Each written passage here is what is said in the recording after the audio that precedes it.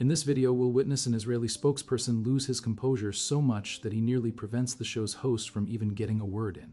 As always, we'll view the entire video first, and I'll share my opinions once it's over. And when your allies say the suffering of civilians in Gaza has reached horrific new depths, and when aid agencies say mass starvation is spreading across Gaza, do you find it difficult to come on here to defend that? Mark, let's start with the facts, not the fiction. In Gaza today, there's no famine caused by Israel. There is a man-made shortage, but it's been engineered by Hamas. That's the point, that's the end of the sentence, which you don't include. This suffering exists because Hamas made it so. Here are the facts. Here are the facts. Aid is flowing. Through the Gaza Humanitarian Foundation, millions of meals are being delivered directly to civilians, and also coordinated shipments, food, medicine, raw materials, flour for bakeries and kitchens. Since May, over 4,400 aid trucks have entered Gaza, carrying flour and baby food, 2,500 tons of baby food, high-calorie nutrition for children, and vital medical supplies. Just yesterday alone, Mark, 2 million meals were handed out.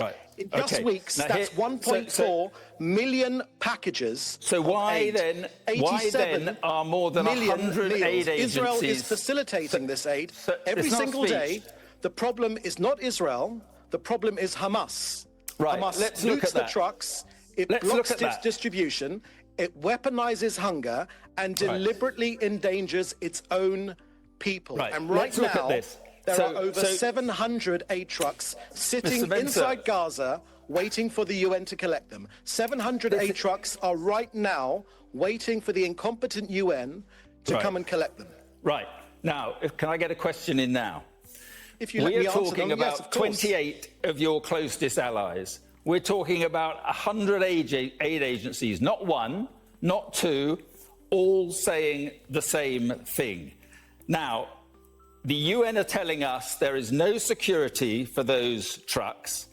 Israel is not guaranteeing that desperate Palestinians will not be killed. That is what they are saying. Now, your military is occupying Gaza. It is your obligation to get food and medical supplies to the population. That is your obligation under international law. Otherwise, you are using hunger as a weapon of war. Yeah, okay, Mark. So the truth matters here. This is where it is.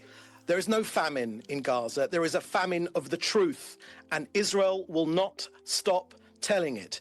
87 million meals, 1.8 million tons of aid, which we facilitated, aid getting in. Hamas loots, it starves its own people, and the world looks away. We open new routes to deliver food and medicine. Hamas blocks them and fires from them, and then cries to an all-too-willing Sky News, to the cameras when civilians are hurt.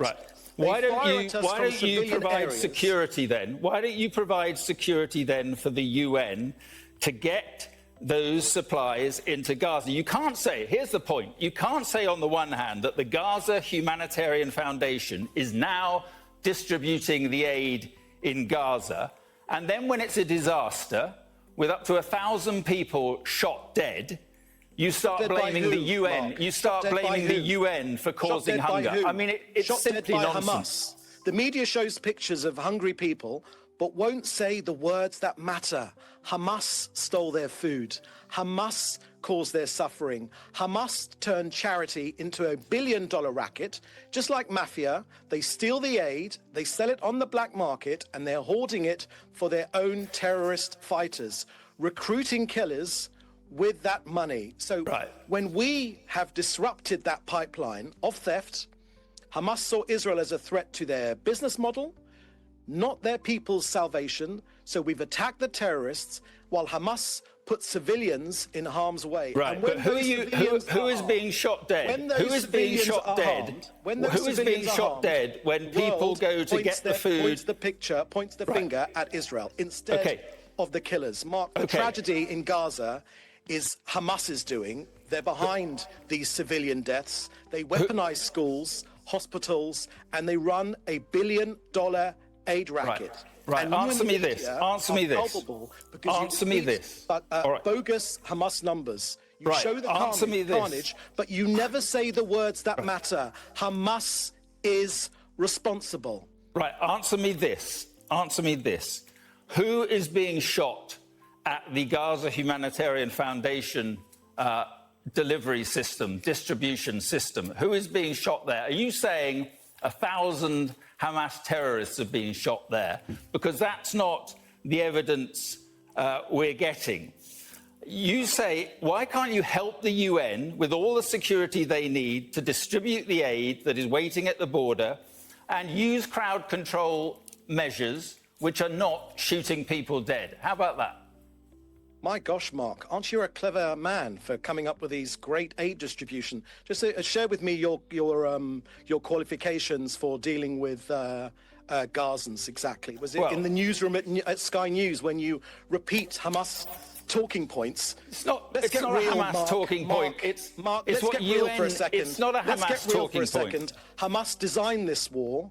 They designed this killing. They wanted their own people to get shot. They fire at us from crowds. They kill their own people.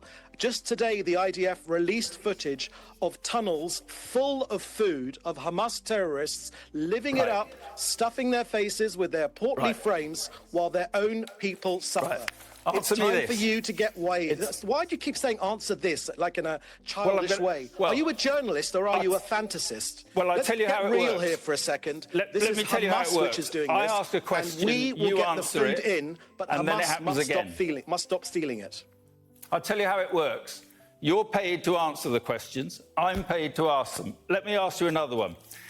It's not just killing civilians in food queues, is it? It's not just the malnutrition. There's something else going on, which is the levelling of Gaza, the destruction of much residential property and infrastructure in Gaza. Why are you doing that? Because the mapping analysis shows now 92% of residential homes in Gaza are destroyed. Why is that happening? This was a war which Hamas designed, Mark. They designed it this way, specifically to cause as much damage to their own people as possible. Now, from Israel's point of view, we regard any harm to civilians as a tragedy. While this terrorist organization of Hamas, it is their strategy. They have designed this war to harm their own people. They systematically violate international law. They endanger innocent people, and they use them as human shields. And they can rely on Sky as night follows day to repeat the rhetoric. Israel, by contrast, makes every effort to prevent and minimize as much as possible harm to civilian population, including evacuating civilians from combat areas. Hamas and other terrorist organizations in Gaza, they actually work to maximize harm to Here's the civilians, point. Here's the point. People, all this deflection. Here's the point. Brutally. Because this destruction of residential homes, 92% of Gaza, when that is coupled with your defense minister's plan to put 600,000 Palestinians in a camp they cannot leave unless they want to emigrate, it looks to many people, not only outside Israel but also inside, as ethnic cleansing. Look, we've got very clear objectives in this war. Israel will always act within international humanitarian law. That word is offensive, to be blunt. Israel is trying to defeat the terrorist organization and what free is the plan then? Gaza, what is the plan for the population of Gaza going forward? What is the plan for the population of Gaza going forward then? If it's not the plan set out by your defense minister and endorsed the other day by your prime minister? No, there's a number of plans on the table, and none of them have been taken off the table. All options are open to us. The first so that thing plan is still on the table? That plan is still on the table? Mark, the first thing is we need to destroy this terrorist organization and get our hostages back. Yes, Mark, you haven't said that word. Our hostages, 20 of them are still alive. If Hamas released our hostages, laid down its arms, this conflict will be over in an instant. That maybe would upset you because that would mean the end of Hamas. But that is the future. That is the future. That is the good future for Gazans. It is a Gaza free from a terrorist organization. As for the future... Point. Let me just make a last point. If you are denying all what we say about starvation, what we say about the destruction in Gaza, what we say about the plan that is intended, why don't you let foreign journalists in? Why don't you allow us unfettered, unrestricted access to Gaza, as we get in most other war zones that I have been to, and many of the correspondents here have been to? Why are you not doing that?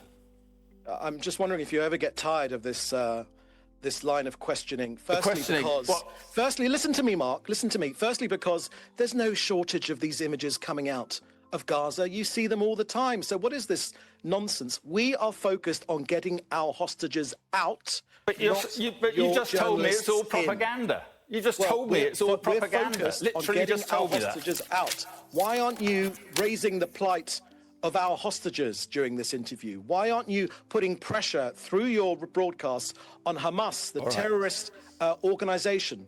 That would bring the end to this war. We're opening routes to deliver more food and medicine. Hamas is blocking them, and they fire from them, and then they cry to the cameras of Sky when civilians are hurt.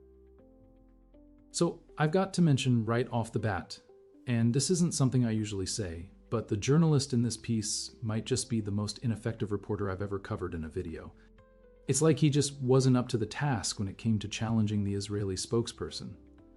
It was almost like he let them take control of the entire conversation, which was frankly a bit embarrassing. In my view, I've reviewed various clips and videos about Israel-Gaza and the ongoing crisis dubbed as genocide in Gaza several times. And without fail, representatives for Israel always follow the same script: deflect, deny, and point fingers at others. It's the same repetitive narrative, over and over again.